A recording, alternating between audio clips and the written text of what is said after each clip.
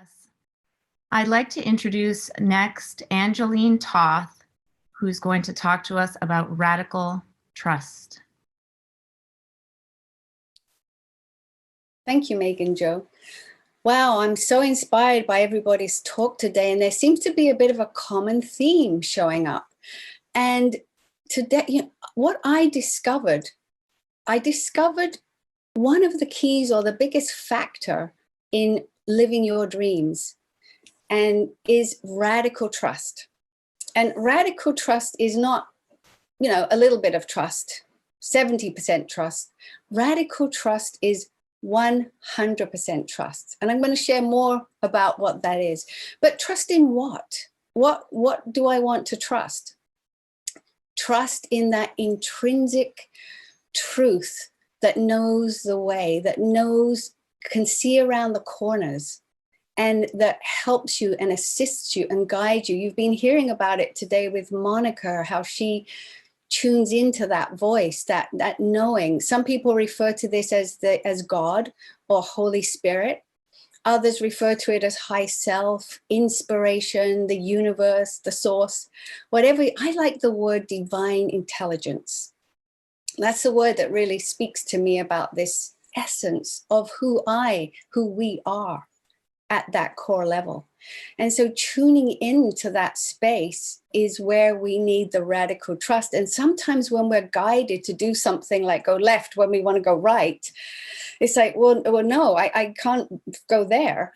It can be a very scary thing. And so I like to illustrate that, how I learned radical trust. And as I say, radical trust is 100% all in, jumping off the cliff. Where I discovered that was, we go back many, many years when my daughter was 1. She's now 34, to give you a reference. When she was 1, I left her dad, my husband. It was a very painful marriage, and there was a lot of reasons to leave, which I won't talk about right now. But I left, and it was a very scary time. I had 1 month's rent, my baby, and off I went. And I kind of made my way in the world. And 2.5 years later, I was in another relationship with who I thought was my soulmate. And he had all those qualities that you spoke about in terms of relationship. He was very authentic and really cared. He loved my daughter, and she loved him. So everything was great. I thought I'd arrived in a beautiful relationship. We went to this spa, this hot spring spa in Breitenbush one weekend. And when we were sitting in the spa, I suddenly had my first really deep message. You have to go back with your husband. I'm like, what was that? No way, no way. I ignored it. The next day in the spa, the same thing. It was this gentle, just this deep, deep kind of message. You have to go back with your husband. I couldn't understand it, and it wouldn't even be responsible to go back. And a lot of my friends would have been very, very mad if I did, but it was so insistent. I even got the message when I arrived back in Vancouver, and suddenly I thought, oh my God, I have to follow this. So I did. I let go of my beloved relationship, and I moved back with my husband, uprooted our daughter. A lot of my friends were phoning me, no, don't, you're sabotaging your life. Everything was going so good. This is downright sabotage. Everybody was pulling me in a different direction, yet this gentle nudging voice from inside was showing me the way. Well, within about 3 months, it was difficult. Bridging a frayed relationship is not the easiest thing to do on a good day, but there were lots of circumstances to get over. Within 3 months, I was depressed. Clearly, this wasn't going to be a good thing. He'd already had an affair in the first month, and that was just the least of it. And I knew that I'd made a mistake. I started to lose doubt in myself, and 3 months and 12 hours later, it's a very significant time frame here. 3 months and 12 hours later, I get a further message. You can let go now. I remember it vividly. I was driving out of a parking lot in the town, and I pull my car over. Let go of what? You can let go of the marriage. And I was like mad. What have I done? I did let go again. And over that next several months, I felt insecure. I lost my confidence, my self-esteem, and I started to really doubt myself.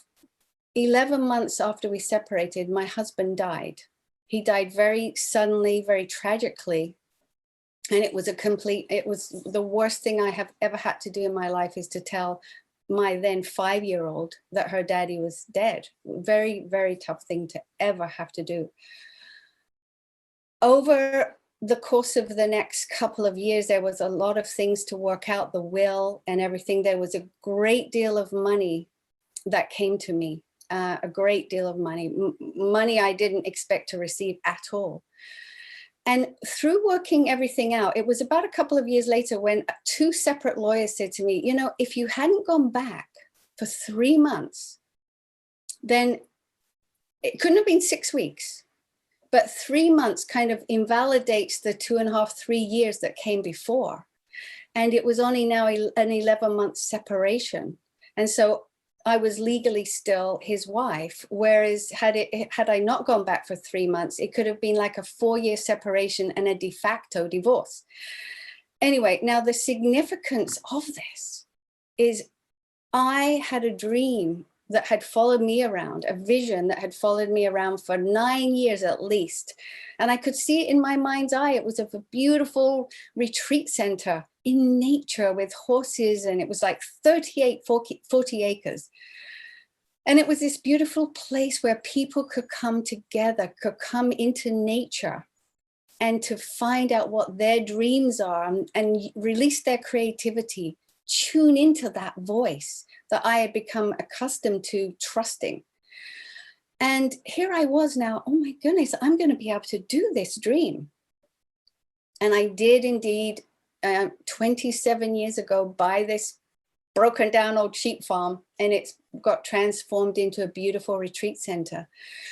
And then over the years, people came from all around the world, and I started to see so much transformation that happened in people's lives. And I realized that this had come to me, that this guidance had come to me to allow for this incredible retreat center to happen. And that is where, like, if you have a dream on your heart yet to be fulfilled, I like to say to people, make sure it's aligned. This alignment is so critical in terms of, is it a dream I've just thought up or want, or is it like, am I being guided? Am I being shown? And the biggest part, is it going to be a contribution? Is it going to contribute to the greater purpose in life? Because that is a key factor. And also, does it relate to maybe your childhood and some of the passions that you had as a child? I was a kid at age 6 or 7. I'd go to the back shed down the garden so that I could be quiet. I could contemplate. I could get away from the family and I was just putter in the shed. And then when I went to work later in life, at lunchtime, where everyone was going off to the restaurants, I would go with my sandwich and I'd go down through this graveyard, across a bridge over to this beautiful field. And I would sit there, have my sandwich. I maybe write poems. I used to love writing poems, and I loved horses and nature. So that this vision that came to bring people into this space was so, so critical.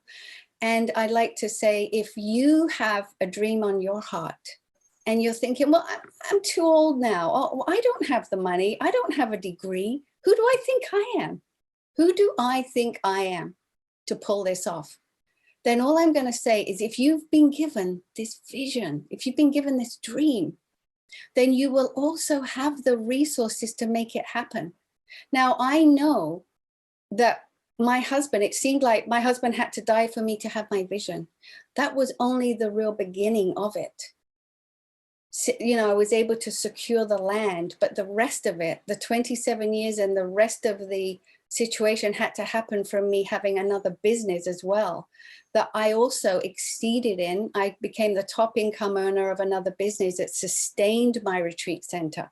And again, that was guided. I was shown to do that, and I was doing it kicking and screaming. But as a result of that, I became tops in Canada, one of the tops in the US, and I did become $1 million earner. So that's just a little aside, but I had to do that in order to sustain and keep this beautiful vision that has now been here for 27 years.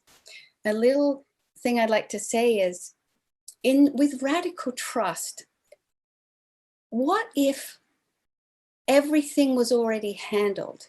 What if the gift that you have, the seed that you have, already knows what it's going to be? An orange seed is going to be an orange, and a daisy seed is going to be a daisy. You don't have to sweat it. Just nurture it with some water, tender care, but mostly when you are guided and shown, when the Holy Spirit, when the divine intelligence is speaking to you, it means you're the one, you're it. You're it, and you will be given the resources. You will be given what you need. And it's about stepping forward. Even when you think, oh no, I don't want to step forward. Step forward. Step forward. You cannot make a mistake, because it's all handled at some level. It is all handled. And even with this COVID situation that happened a year and a half ago, my retreat center got closed, and the business that I was working with for 15 years, earning great money, closed at the same time. But you know what was different this time is I didn't go into the terror and the fear that I used to go into, because I have this implicit faith, this radical trust, this belief that it is all handled, and I will be shown day by day. And it's already happened. It's already started this last several months. It's starting to show me. I am just a servant to this, and I'm an empowered. I don't want to take a servant as, not an empowered place. In fact, it's the most empowered place of contribution.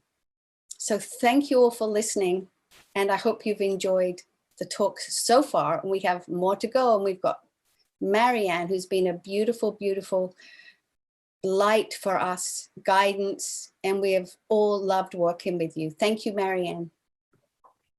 Beautiful. Thank you, dear Angelyn. You are a model of the power of radical trust